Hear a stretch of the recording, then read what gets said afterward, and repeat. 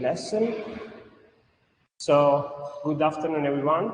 I am Moreno Laquatra. I'm sorry, I'm going to put it as full screen. Okay, I am Moreno Laquatra, and I am the teaching assistant for the Deep Natural Language Processing course.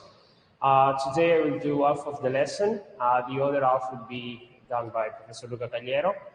And today we will go through the tools that we will use during the labs for the course. Specifically, we will see the natural language processing tools that you will know better during the labs. Okay, so just an information about the course. So here you can find my contacts, so my email if you want to write me if you have any doubts or some questions. The practice lesson will be here on Tuesday or on Friday, depending on when they are scheduled. Instead, the labs will start this week.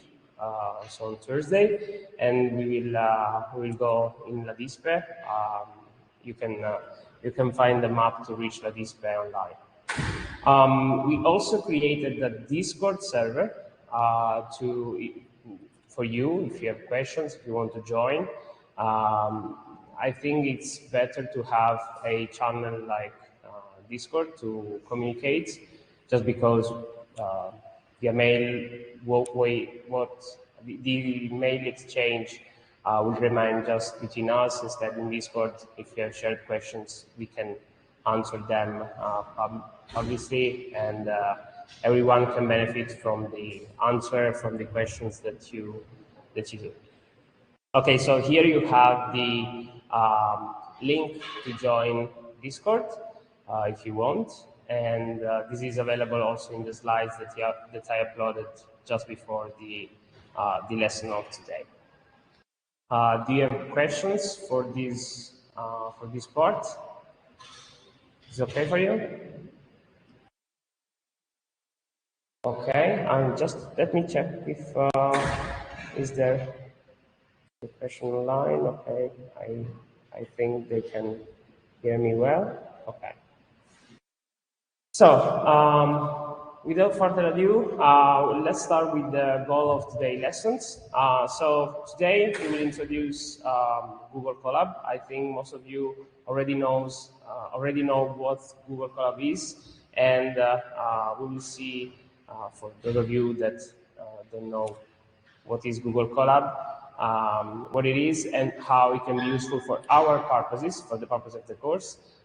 You don't need to install almost anything. You just need to have a Google account to access Google Colab. Please, if you don't have a Gmail account or Google account, please do it by the next lab, because you will need it to execute the lab and to do the practice.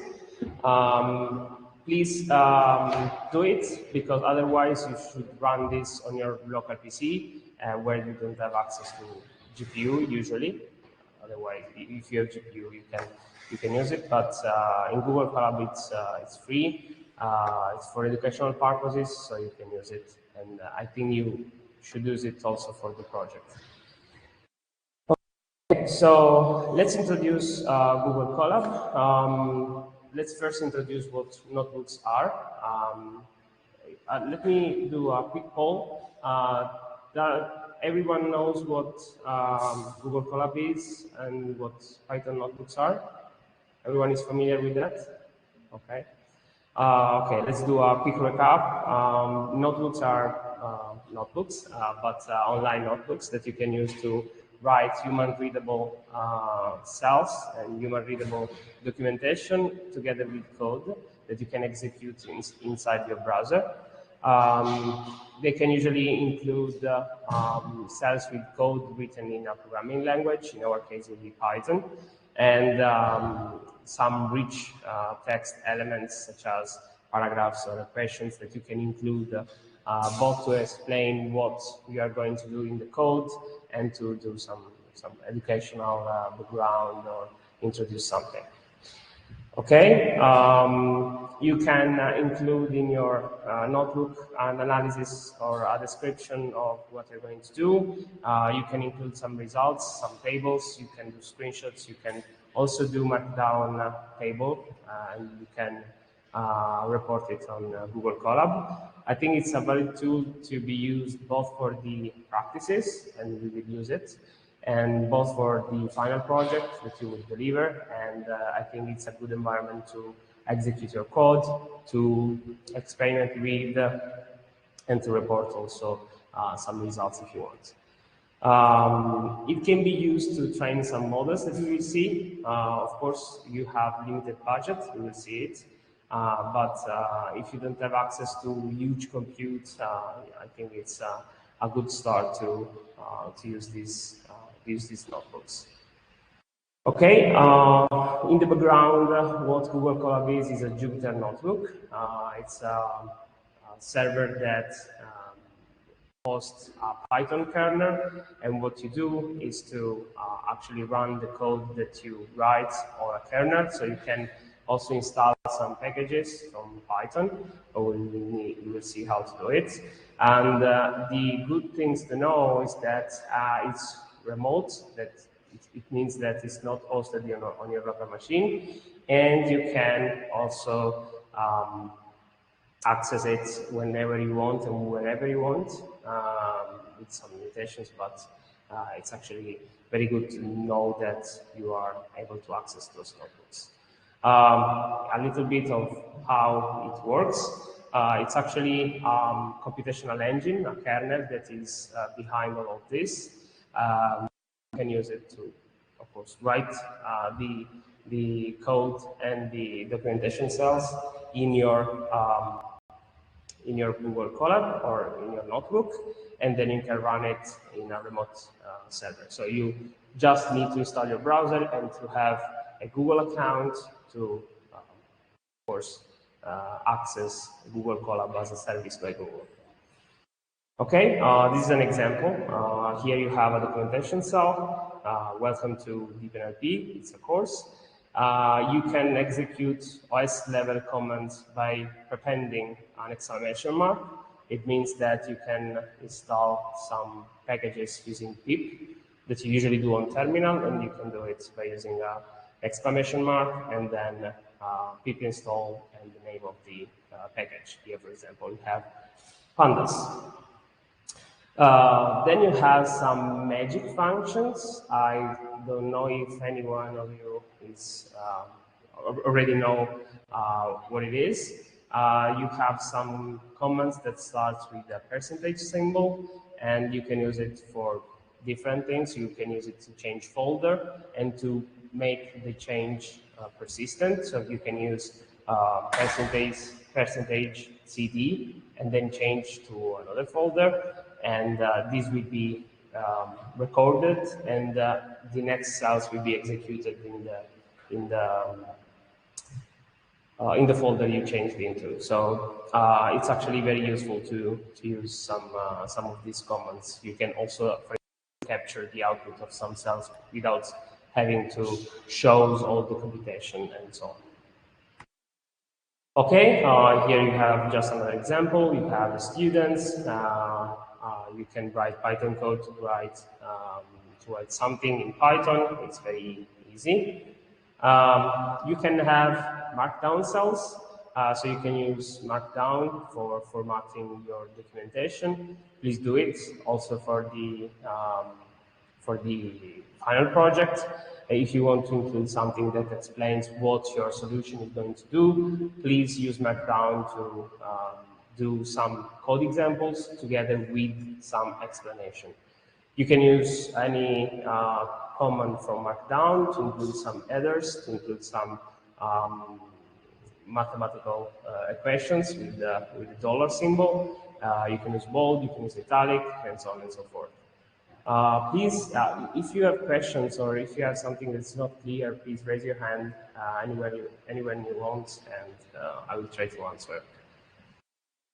Okay. Okay. So Google Collaboratory. Google Colab for short.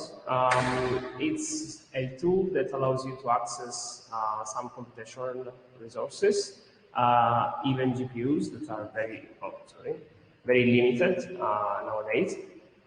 And you can use it to write any arbitrary Python code. It's not limited to DeepNLP. You can use it for all your own purposes, for other courses also. You have access to GPUs. The access to GPUs is limited. You have access to usually a single GPU, of course, and for a limited amount of time. This means that you need to stay with your tab open on Google Colab. You don't need to focus on the same tab always, but you can change tabs, but you cannot leave the computation running in the background if you don't have any pro plan, and we don't have it for the course, but you can of course have it like the free version is satisfactory for the purpose of the course. So you can use it during the lab. You have 3 hours for the labs. It usually lasts more than 3 hours. Okay, the advantages of Google Colab: it's free. Resources are not yours. The problem is that they are not guaranteed. It means that you can have access to a GPU that is more powerful sometime and less powerful other times. So this can be a problem. But of course, it's what we have, and we can try to do our best. The notebooks that you write can be stored on Google Drive. It means that you have a Google account, you have a Google Drive, you can store these notebooks, you can store the code that you write, and so on and so forth. Google Colab notebooks can be shared. It means that if you do a team project, you can share your Google Colab notebook with any other person on the team, and it's very handy, actually. One thing I want to mention here is that Google Colab is not the way to create code repositories. It means that if you have your code, please share it using a repository like GitHub repository or any other service you can use, GitLab or anything else. But please do not write all your code on Google Colab, just because it's not intended for this. So you can write your code on Colab, but it's not intended for this. You cannot. It's not suggested to deliver a project, the final project, in Google Colab only. So you can use Google Colab to illustrate something that your project do, but please do not create a full repository inside Google Colab. Okay. Google Colab, in Google Colab you have 3 different runtimes. It means that you can access 3 different sets of resources. You can have a CPU runtime when you have access only to CPUs. Then you have GPU runtime when you have access to CUDA capable devices. It means you have access to some sort of GPUs. It depends, you can have access to different type of GPUs, but they all can be used to do some computation in the frame of deep learning. And then you have also the TPU environment, when you have where you have access to TPUs that are specific processing unit created by Google that allows the processing of tensors. The name TPU is tensor processing unit.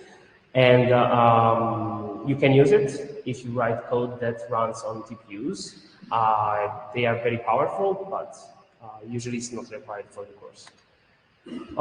Just a benchmark here because I'm stressing too much to the fact that we have access to GPUs when we use Google Colab, just because if you go on GPUs, your code and your network actually, your model will be way faster than running on CPU. And okay, this is an extreme because this is a very high level GPU, but you have a lot of advantages while running your code and your model on GPUs. Okay, here we have another comparison. You have here also the comparison with TPUs. So you can see here that with TPUs, you can go even further and even faster than with GPUs. Of course, the TPUs are mainly available on Google devices. So you have it on Google Colab or Google Cloud Platform. So it's not required to write code that run on TPUs, but you can have pretty good advantage if you do this. Okay.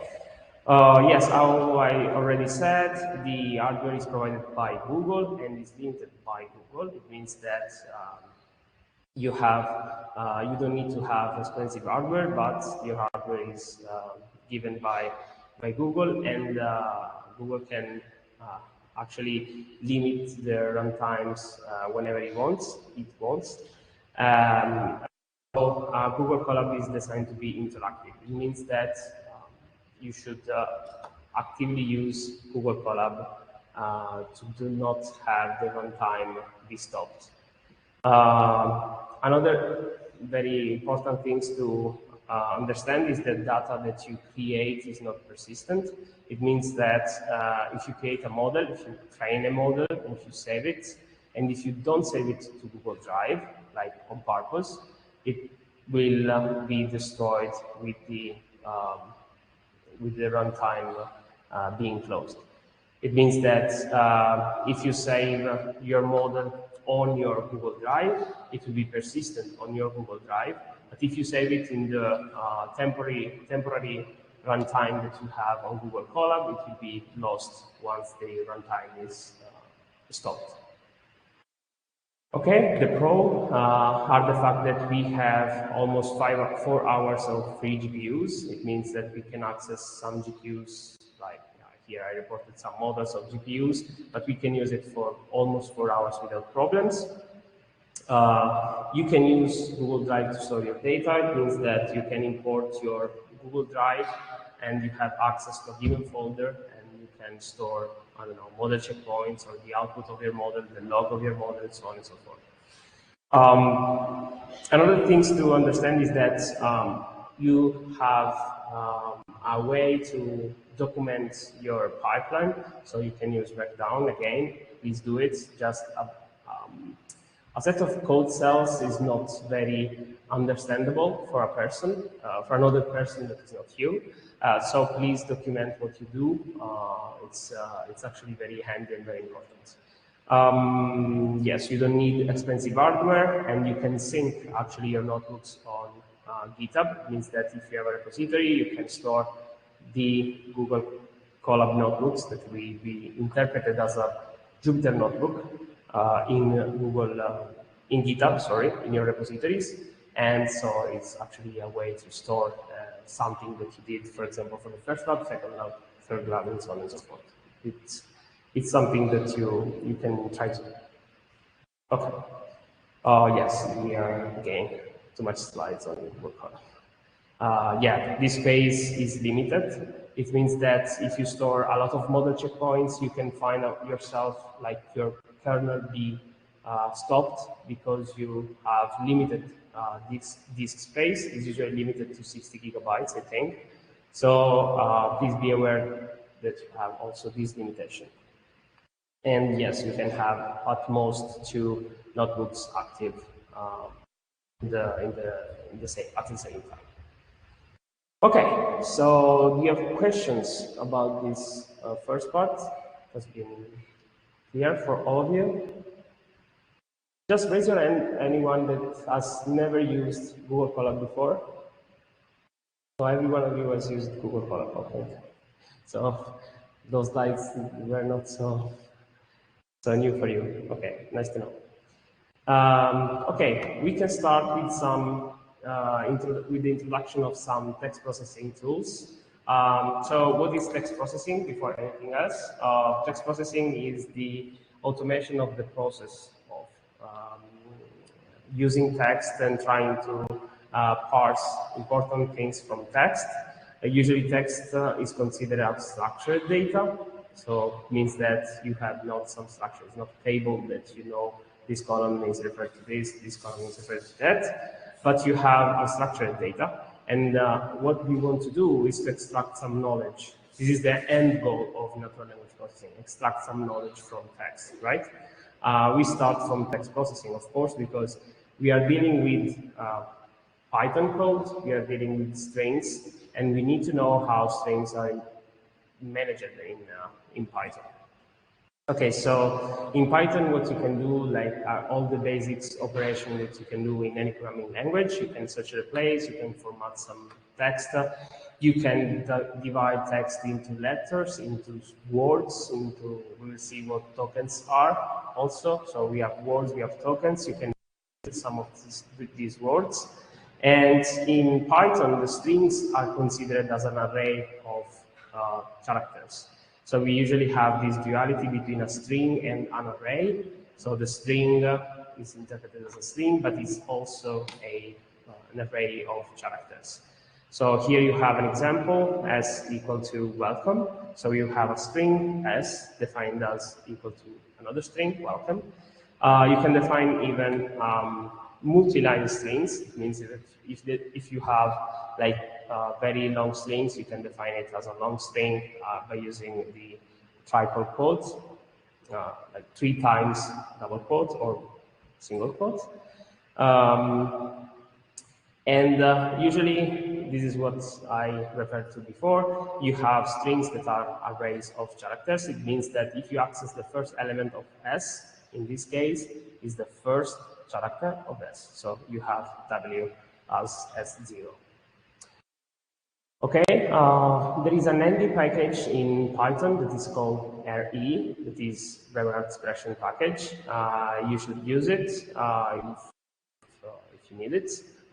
You can use any kind of regular expression. You can match patterns. You can search for specific patterns instead of single element inside the string. So here I have a pattern that is D, then any sequence of characters. Can you see? Are you able to? It's okay. Can I? Okay, yeah. I'll turn it on. Better? Okay. Okay, so here you have like the pattern D, E, D, and then like any sequence of characters, and then Italy. So you have here you have the symbol that means that the string should start with this sequence, so D, then any sequence of characters, then Italy at the end, because the dollar symbol means at the end of the string you should find Italy. So if you see this text string, that is the Mola Italiana is in Turin, Italy. It starts with D, it ends with Italy, so the pattern is matched. And so you can use the function re.match to match the pattern with the text string. So you can try to do this kind of text processing operations. Okay, you can do anything more complex. You can, for example, find a link in string. So for example, here you have a text string, you have a pattern that matches URLs, and so you can you can try to find all the URLs inside the text string. So here you can use the function findAll to find all the substrings that satisfy this pattern. So here you have the URL of archive available if you proceed in this way. Yes, you can go to the official Python library to see, because RE, so regular expression, is a standard library that's included in Python. So you don't need to install anything, it's included in Python. Of course, you can do a lot more than that by installing some additional packages. I'm sorry, I'm just...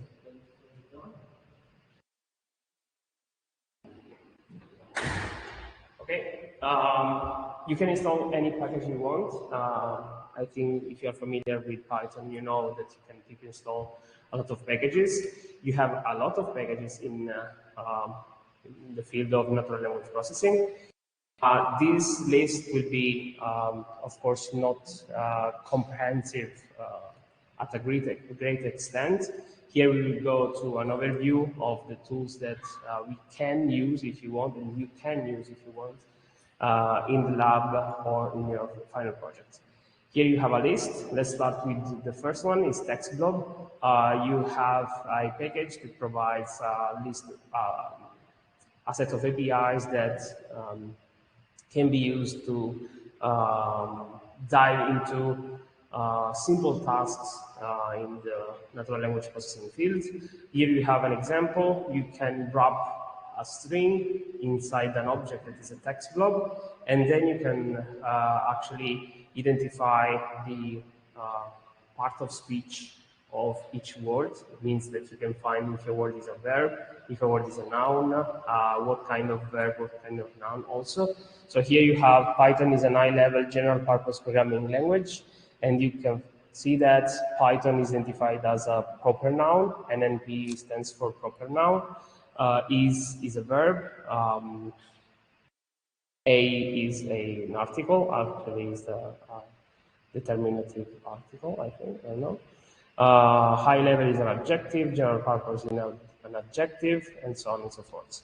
You can also find any other thing. You can find noun phrases. For example, Python is identified as a noun phrase. It means that this is something referred to some concept. Python is referring to the programming language. Okay, you also have an LTK. An LTK, I think, it's the most used package in the NLP domain. It's more than 20 years old, so it has been established in 2001. It's very useful. It includes a lot of resources. It includes also some data sets that you can use. It's very complete package. It includes low-level functions that you can use to do a lot of things actually. And it's usually used as the first building block for building other applications. Here you have an example. When I refer to building blocks or some pre-processing step, it means that you have like functions that let you tokenize your string. So you can use, for example, send tokenize and word tokenize. You have a string here. This is the first in-class practice of the deep natural language processing course, and so on and so forth. You can use this function send tokenize that does the very simple tokenization in sentences. And so you can see here that it divides the, yeah, here there is a type, I think, but divide the original sentence into multiple sentences. So this is the first in-class practice of the Deep NLP course. And then the course has been established in 2021, and then enjoy it. Here, I think this is a typo. So yeah, you have many different ways to pre-process your text, and LTK has a lot of useful functions that let you pre-process your text. Then we have another tool that is Polyglot. I'm sorry. It includes the characteristic of this tool is that you have functions that let you process a lot of languages. Because as you know, I don't know if you have some knowledge on computer vision, but in computer vision, the images have not a language. So if you show me an image and you show another person an image, even if we don't speak the same language, we understand what the image is. In natural language processing, this is not the case. It means that I can understand English, I can understand Italian. Perhaps, of course, I will not understand another language, German, for example. I don't know German, so I will not understand the German.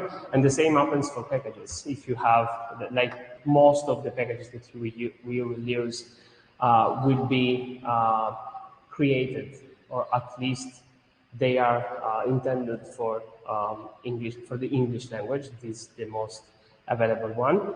But in Polyglot, you have a lot of ND functions that you can use in different languages. So for example, the tokenization step, the one that I showed you, tokenization in sentences, is available in more than 160 languages. So you can also use it to detect the language of the text.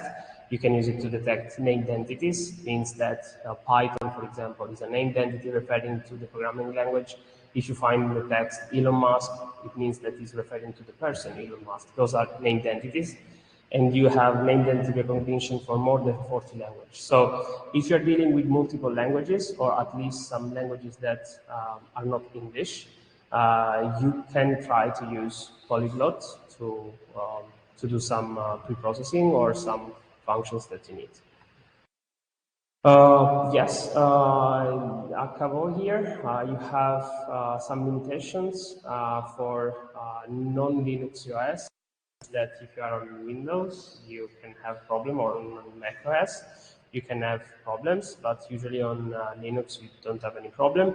Google Colab is running on Ubuntu inside, so you don't have any problem. Here you have an example, yes. You have a text defined as buongiorno a tutti, tutte, like in Italian. You can identify the language code and the language name. You can print it, and you can see that the detected language is Italian, and you have also the name of the language, it is Italian. Yes, you can use it for when dealing with multiple languages. Then you have another package that is available on Java. We will not use it, but you can use it if you want. It's a very comprehensive package, actually. It includes the support for multiple language. Italian is not within them, but it supports Arabic, Chinese, English, French, German, and Spanish. It's created by Stanford. It's very used in production, actually, not in research, but it's very used to do to create pipelines that you can run when you want to process multiple times using the same pipelines or the same steps for multiple times. You can have access to a live demo. You can try it on your browser. There is also a Python wrapper that exposes the APIs written in Java. It means that the computation happens in Java. You can just access those functions by using Python. Okay, I think that's it for the general purpose NLP libraries. Do you have any question about this? You already know all these tools also? Okay. But yeah, you will find like interesting tools available. Here the list is not comprehensive, but you can see a lot of packages available online for text processing. If you don't have any question, we can switch to general purpose NLP libraries. It means that at this moment we will start seeing some libraries that are not related to the processing of text, like low level, but more high level. So we'll see how natural language processing work. Let me do a comparison between natural language processing and text mining or text processing that we have already seen. NLP is more related to the understanding of the meaning from text. It means that it deals with the semantic understanding of what is written inside the text, like the meaning, instead of low-level processing of text. So if you want to split the text into sentence, it is more like text processing and text mining, and not natural language processing. Instead, if you want to understand if the sentiment of a sentence is positive or negative, this is natural language processing. This is just a high-level overview to let you understand that you need to process text, but the end goal is the NLP. So the end goal is to understand what is written in text. Okay, for the first natural language processing library, we have Spatie, It's actually a very used library. It's very comprehensive, and you can use it to create pipelines, including both text processing steps and natural language processing steps. So you have, you can do tokenization, you can tag your words, but you can also do some more high-level things. So you can extract vectors from words that represent the meaning and then use it for classification, for example, to classify the sentiment. So you can use also pre-trained models that are available on Spacie in different languages, like you have a lot of languages available, and it allows you to define even deep learning pipelines. It means that you can use a deep learning model as a step in the pipeline. So you just something, and then you can use your deep learning model that does classification, for example, of the text to output the class, for example, the sentiment that is positive or negative. It's heavily based on the document object. You have a document object, and you can wrap your text inside the document object, and you can perform different tasks. So here you have, for example, a model. It is the English model. You have a list of models available here. So spacie.io/models. You have a list of models in different languages. You can use your model, you can load the model and then use it. So here we have an example of a news article. So Elon Musk, special guest of the Italian Tech Week in Turin. You can wrap this variable inside the document. So you can use your model on your text to create a document, and then you can extract each token inside the document. So you have a word level tokenization of the document. So Elon Musk, special guest, and so on and so forth. You can see and you can read all the APIs if you want and if you need it on spacie.io/API. And of course, you have different projects available that are based on Spacie, and you can find it on the official website. Another tool very similar to Spacie, it shares most of the APIs with Spacie, is Stanza. Stanza is created by the same creators of Core NLP, so this stands for the NLP group. It has and it can perform text analysis in more than 66 languages. It means that you have access to resources to perform, any processing step and any also high-level step with in 66 different languages. This is very, very good. Yes, you have this kind of architecture. So you have the raw text written in different languages. You can plug in some processors. So you can do lemmatization. You can do post tagging, recognize named entities. You can do a lot of things by plugging a processor, and then you have a document that is created once you process your text, and it can be written in different languages. The syntax is very similar to Spacie, so you can instantiate a pipeline by just choosing the language and the kind of processing that you want to do. So in this case, I want to tokenize. And so here I have a text. So this is a very short text. However, it contains multiple sentences, so on and so forth. So I can make the model analyze my text, and I can list the number of the sentences that have been identified by the model. Yes, I have the same example here. So you can do even high-level processing. So you can identify, for example, the sentiment of a sentence by using the model available on the website. And here you can see that you have yes, the sentiment for each of the sentences that were in the original text. Just one thing here, the model that has been implemented to perform sentiment analysis, of course, is an open source model. It is available if you want to understand how it works, but it's not required, of course. Okay, this is an overview of the libraries that you may want to use to do general purpose NLP. We can dive into some specific purpose NLP libraries. So this is where things get a little bit more interesting. We have more libraries that allow us to create vectors representing words or text in general. So here we have the first, this Gensim. The name comes from generate similar, so the first 3 letters of both words. And the idea is that it allows you to perform topic modeling. It means that they can map words into a shared embedding space where words that are similar meanings tend to be near in the vector space.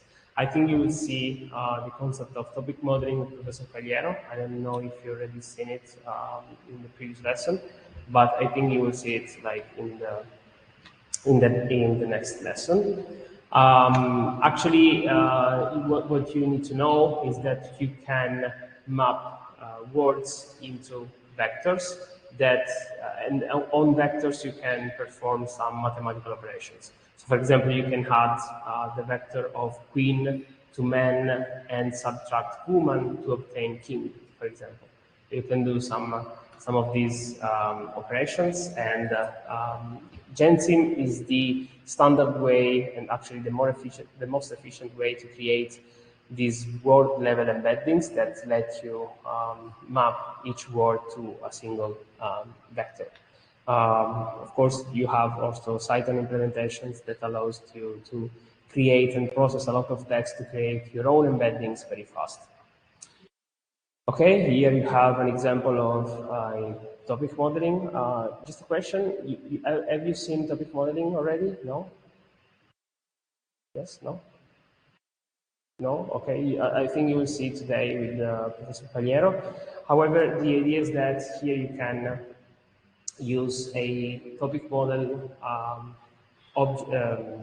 model to identify topics from text. So for example, if you have text talking about football or another talking about politics, you can use those kind of models to identify topics and separate those two types, those news.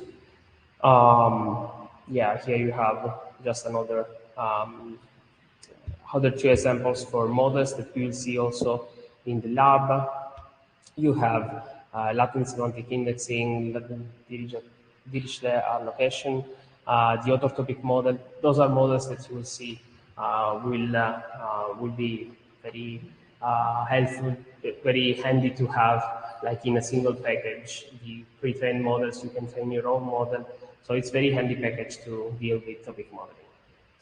Yeah, on top of that, you have the visualization of LDA. So you have the visualization of those kind of topics. And it's very useful to understand if the topic model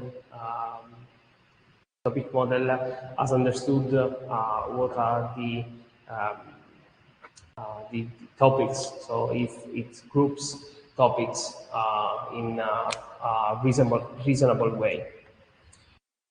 Yeah, here you have another example. You can use these slides as reference also for the lab. So if you want to get to use it while doing your lab, please do it, because you have some example of code that you can use. Here, for example, you have the command that you can use to enable the visualization on Python notebooks, and so you can use it for the lab, for example. Okay, other packages derived by Spatie. You have SciSpatie, for example. It is a package that allows you to model scientific text. So you have specific pipelines that are able to identify, for example, named entities from scientific papers. So for example, you have a paper in the medicine domain, you can have some specific names for drugs. These models are able to identify those drugs by using the name. So it's very handy if you process this kind of domain-specific text. Another tool that people use is Rasa. Rasa is actually a tool that is designed for chatbots. I think you already know what a chatbot is. Chatbot is a way to talk with a artificial intelligence, usually. And Rasa is a tool that allows you to create all the components that you need to create a chatbot. So it's composed of different components.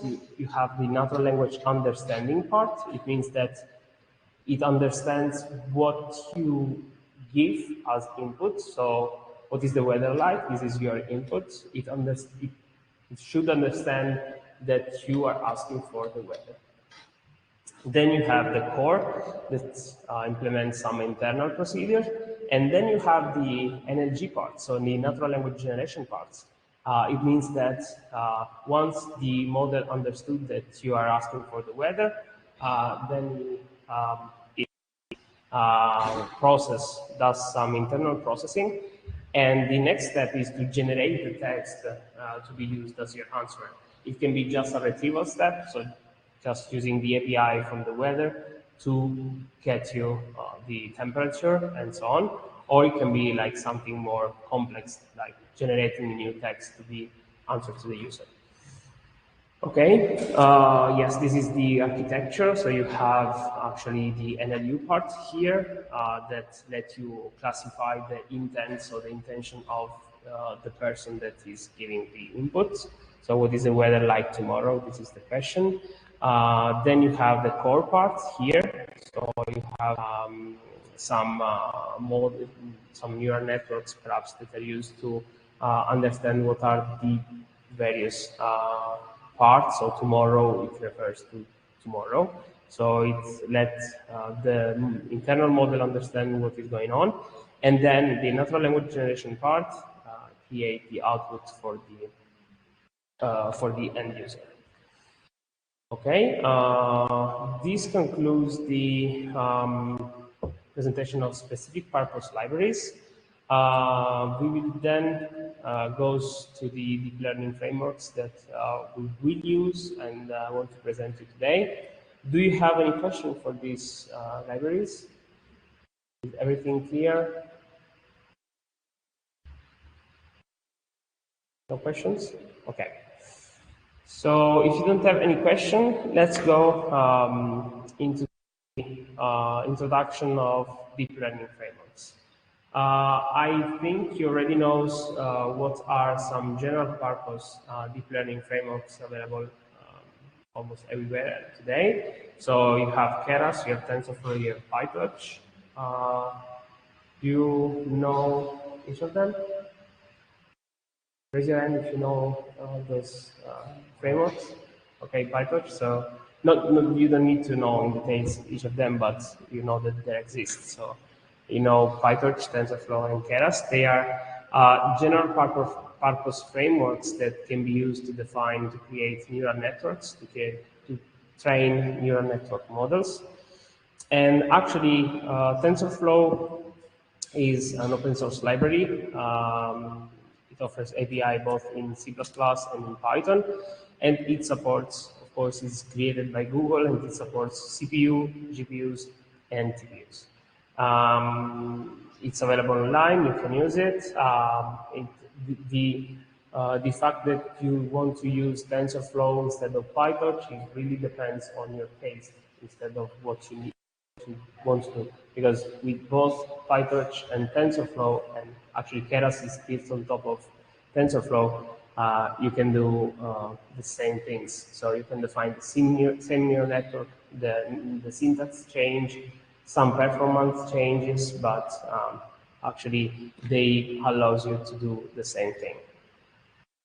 So PyTorch, on the other side, is another open source library. Now it's part of the Linux Foundation, part of the PyTorch Foundation that is part of the Linux Foundation, so it's open source.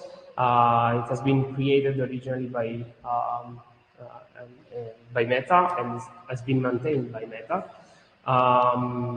It allows you to do some vector operations, similarly to what you do on CPUs with NumPy, and you can do it on GPUs by using tensors that are very similar to arrays in NumPy.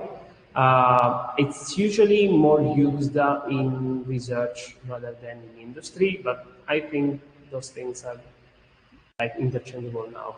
So you can find industries, companies using PyTorch or TensorFlow. It depends really on the taste or on the history of the companies actually. Okay, you also have Keras, that is a high-level deep learning library that allows you to create deep learning models by just stacking layers. So you have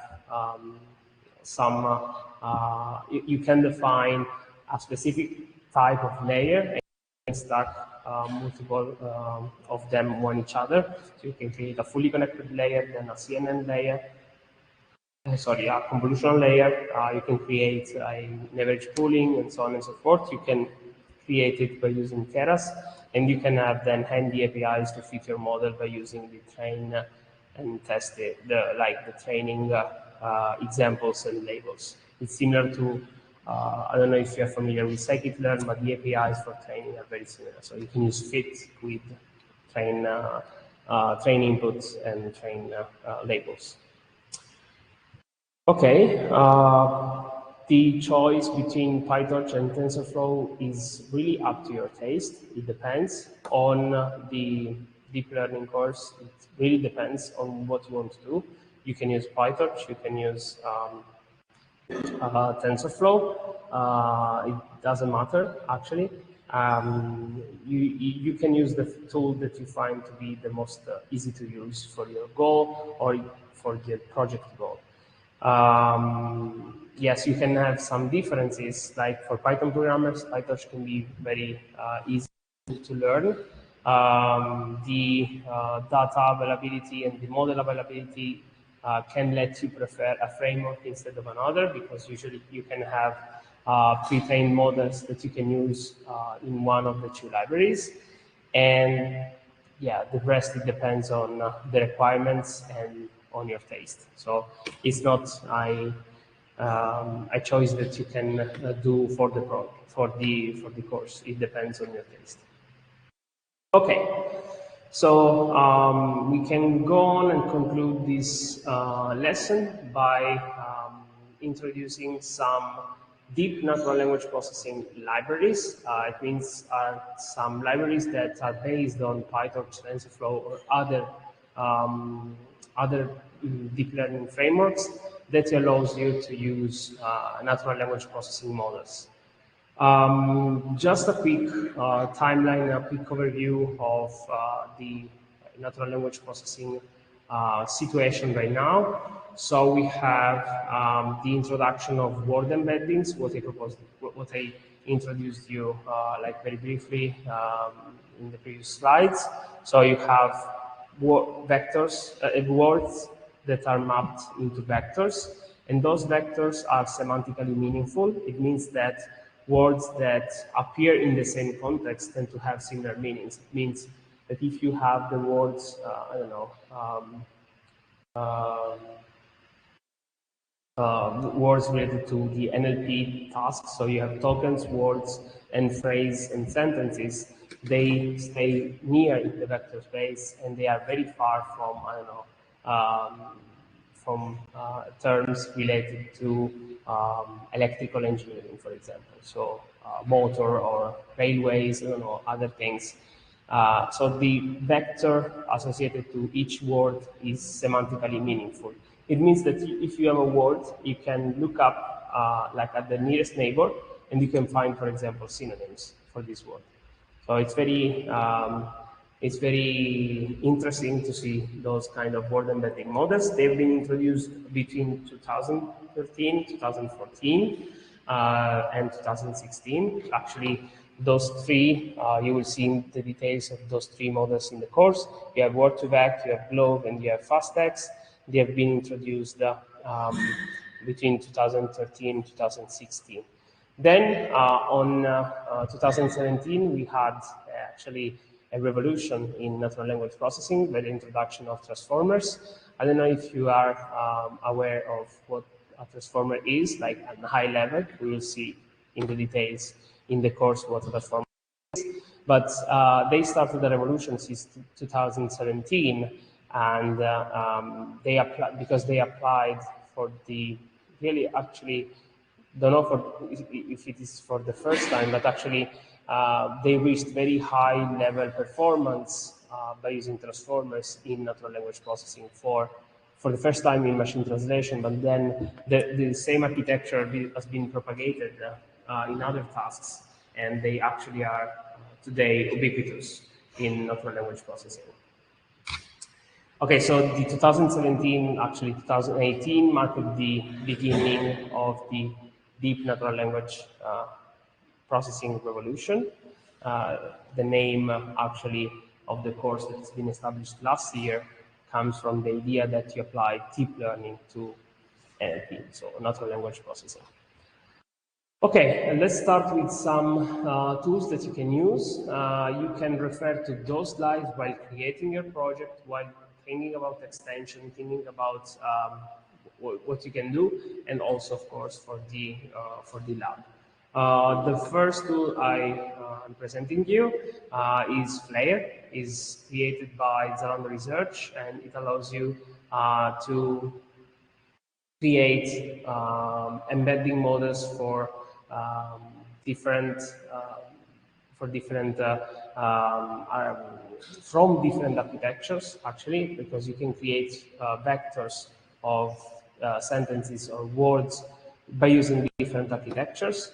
It is based on PyTorch, means that under the hood it runs on PyTorch, and it has a simple interface that you can use to create Word or document embeddings. It means that you can also stack, you can also stack different embeddings together to create more meaningful representations.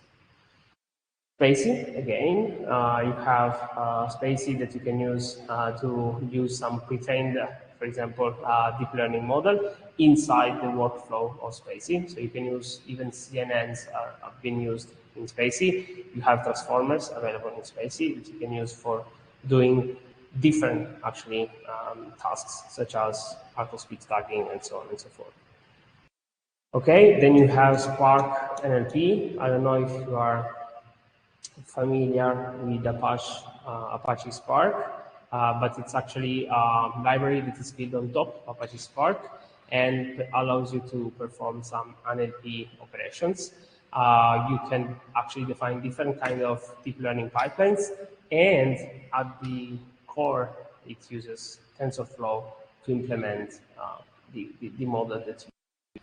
So here you can see Flare use PyTorch, Spacy use Quincy, actually, it's an internal library that they use, and Spark uses TensorFlow, so it really depends on what you want to do. Then you have FastAI. FastAI is another library. It's actually pretty used in the NLP domain. It's built on top of PyTorch, and it allows you to do some tasks mostly related to recommendation systems, to understanding and modeling user behavior. It also has models for computer vision, and it's very supported in Google Colab, so you can use it very easily on Google Colab. Then you have FireSac. It's actually a library that contains a lot of pre-trained model that you can use, for example, for identifying the sentiment, or for other natural language processing tasks. It's actually a sequence modeling toolkit. It means that it allows you to process sequences even if they are not text. It means that if you have, for example, sequences of proteins in the medical domain, you can use, in principle, you can use FireSac to train your model on those kind of sequences. It's very used for sequences, and it is maintained and supported by Meta. Finally, here I want to present you transformers. It is the most used NLP library by far, And this is the library guide that we will use during the course, because we have an ecosystem around this library that let you instantiate datasets, models. You have a lot of models. We will see some of the most important characteristics in the next slides. And it allows you to create models by using TensorFlow or PyTorch. So it really depends on what you want to do. Usually you don't need to go to the really technical, not technical, but you don't need to go in depth into the details of the model. But if you want to change something from the model, you can do it like by using the APIs. You can use pre-trained models. You can fine-tune it. It means that you have a model trained on a lot of text for the NLP, and you can fine-tune it for a specific task. It means that it has understood how to process text, how to associate a meaning to text, and then you can fine-tune it for a specific task. So for example, to do summarization, you have an input document, you want to summarize it, you can use a pre-trained model and fine-tune it on a specific data set for the specific task of summarization. At the time of writing, so yesterday, you had actually 73,000 models available on the Hugging Face Hub. So you have Hugging Face, it is a library. You have an Hugging Face Hub where models can be shared. You can upload your own model. You can create an account and upload your own model that, for example, is trained on a specific data set. You can upload and make it available for the community. You have like more than 70,000 models available today, and it supports a lot of tasks. So here you have different tasks, not only in natural language processing. So you have translation, which is an NLP task. You have token classification, text generation, text classification, but you also have audio classification, image classification. So all the tasks where transformers are used, and today they are actually used in different domains. So computer vision, audio processing, natural language processing. They started on natural language processing, but today transformers are used almost everywhere. Here there is a list of the tools that surround the Hugging Face Transformer library. So you have the Transformers library, you have the datasets library that contains a lot of datasets. You have Evaluate, you have the Hub, which is what I mentioned to you before, and then you have Spaces, and we will see what they are and why they can be interesting for you.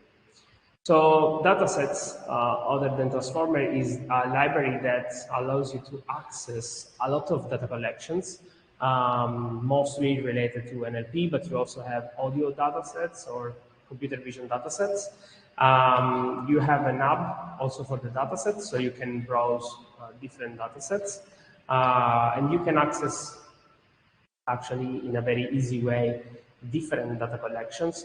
You do not even need to download the dataset to process it. It means that if you have very large dataset, multiple gigabytes, you can even use a streaming API that lets you download some chunks and then delete it to download other chunks.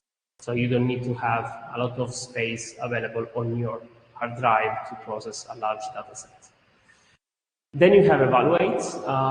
For sure, you will use it in your project. It allows you to evaluate the model. Similarly to what you do with scikit-learn, for example, when you do classification, you compute the accuracy by using some kind of functions. You have different metrics that you can use to evaluate your NLP task. So, for example, you have a machine translation system that translates from Italian to English, and you have both the references. It means you have the English sentence that you want to obtain from the Italian sentences. You can compare them by using by using a metric, and different metrics are available on these libraries, on Hugging Face Evaluate. One of them is the Rouge, that is actually used in text summarization, but you can use it also in machine translation, and let you compare the predictions and the references in a very easy way. So, and then you have here, for example, the score associated to this metric. The hub is another element of the package that you have, and that allows you to access a lot of models. Here you have, for example, BERT, that is an architecture that is used to perform some NLP tasks. You have GPT, that is used to perform text generation tasks. You will see all these models during the course, of course, not today, not tomorrow, but you will see these models during the course. Then you also have vision transformers here, for example. So these are the models that are available like in these days on the top page. So actually you have more than 3,000 models available for multiple tasks, and I think it's very good to have like a way to access those big models like in a very easy way. Then what I want to conclude with is, yes.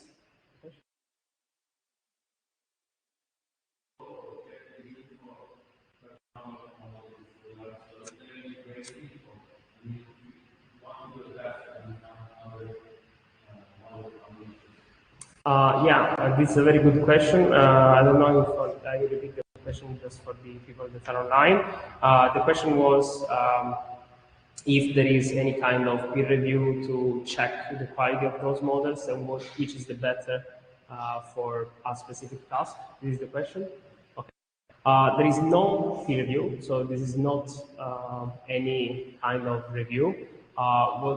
Each model that you can see here is actually a repository, similar to a GitHub repository. You can upload it, you can do what you want, but you can use a Hugging Face Evaluate to evaluate your model inside the hub. It means that you can rank the models depending on the metric they reached, the value on a metric that they reached on the task. So, for example, you can have hundreds of models for machine translation from Italian to English, and you can rank them actually by using the evaluate functions that they have on your dataset or on their dataset, on the dataset they tested it into. So you have not an explicit review of the models, so anyone can upload whatever they want, but you can actually use some kind of metrics to rank them and choose the best one for your needs. Okay, the last thing I want to mention is Hugging Face Spaces. It's actually a very interesting thing that I actually introduced in the slide since this edition of the course. It were not available on the last edition. I put it in the slide because I found it to be very interesting for anyone that wants to share a model and show what a model can do. With Hugging Face Spaces, what you can do is to create a demo application by using Streamlit or Gradio, actually, are two libraries that allows you to create a very easy interface where the user can input something and you can run the model on that input and then return something. Let's imagine a chatbot interface. You have an interface with a text prompt, you can enter something, and then you can answer by running your model that does conversational AI and answer to the question by the user. So it allows you to create demos for your model. So for example, if you imagine your project and you have your model running on Hugging Face, for example, you can actually create a demo to show what your model can do. And it's actually very useful both for the course, but also as a portfolio for if you want to then show what you did to a company, for example, to I don't know, a university if you want to apply for a PhD. I don't know. It's something that you can show it's very easy to do, and it's actually self-explanatory for the model. It supports two different frameworks that allows you to create demos. One is Gladio, and this is part of Hugging Face. The other one is Streamlit. This is an external package that you can use. That allows you to create Python interfaces with buttons, with text prompts, and you have functions that allows you to get the input from the user. There can be an image, can be an audio, can be a text, and you can process it by using your model that you are proposing. So it's also used for non-NLP NLP applications. But if you use it in the course, of course, you will use it for NLP applications. And it is interactive. It means that you can insert some queries, you insert some text or images, it depends on your model, and you can have an answer back from your model. So it's a very easy way to test your model and to demonstrate what it can do. And it's actually very handy. Okay. The purpose of the practice, so here we have a switch. So this concludes the overview of the libraries. Do you have any question on this part? Is it clear what they can do? You can actually, if something is not clear, you can ask on Discord, you can ask by mail as you want. But please refer to this if you have to these slides if you have, for example, an idea for the project, you want to do a demo. Please remember that there are those tools that you can use for this purpose. Okay, some general information about the course. The purpose of the practices that we will do in the lab is to actually introduce the most relevant natural language processing tasks. We will see text summarization, we will see machine translation, we will see the identification of intents that are used by chatbots or for classification purposes. We will use all those tasks and we will see the models, some of the models, of course, that can be used to solve a specific task. Solving a task, it doesn't mean that it works 100% of the time. But for example, if you want to identify the sentiment of a text, I made this example because it's the most easy the easiest to understand. You have a model with a very high accuracy, for example. You have not a model that never fails. This is why you have metrics to understand where is your model. It means if your model is doing a good job or a bad job, how you can adjust it. This is why you have metrics. But the idea of the practices is to show you a way to arrive to a solution. It's not to illustrate all possible ways to come up with a solution. You have actually multiple alternatives for each different tasks. You can use deep learning, but you can also use I don't know, text processing and tools to understand, for example, if you have good with movie, for example, you can create a classification system based on those rules to create a sentiment classification model. So you have different options. The idea is to illustrate some of them. If you have questions, if you know other models, please let us know. It can be interesting if you find the latest paper talking about sentiment analysis and machine translation. You can discuss about it. You can use, for the project, you can use any tool that you want to implement what is asked for the project. So the goal is to introduce you into this world, but not to have a complete overview of all the existing methods that you have, because it's not possible. It's a research direction, and actually there is a lot of works, and we will try to distill the better ones for the course. Okay, this concludes actually my part of the presentation. We can now have a break before the lesson from Professor Pagliaro. Do you have any questions related to this? Everything is clear? I suggest you to join also the Discord channel.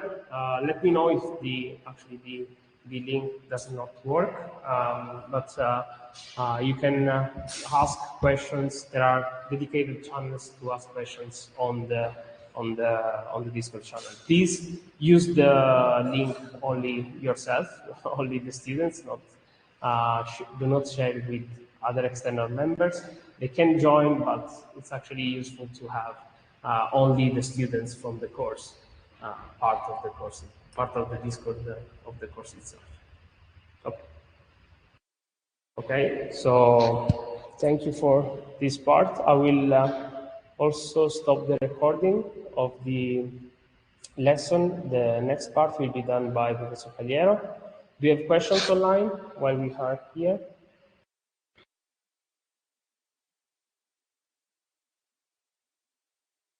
Okay, no question. So thank you and see you at the lab in 2 days.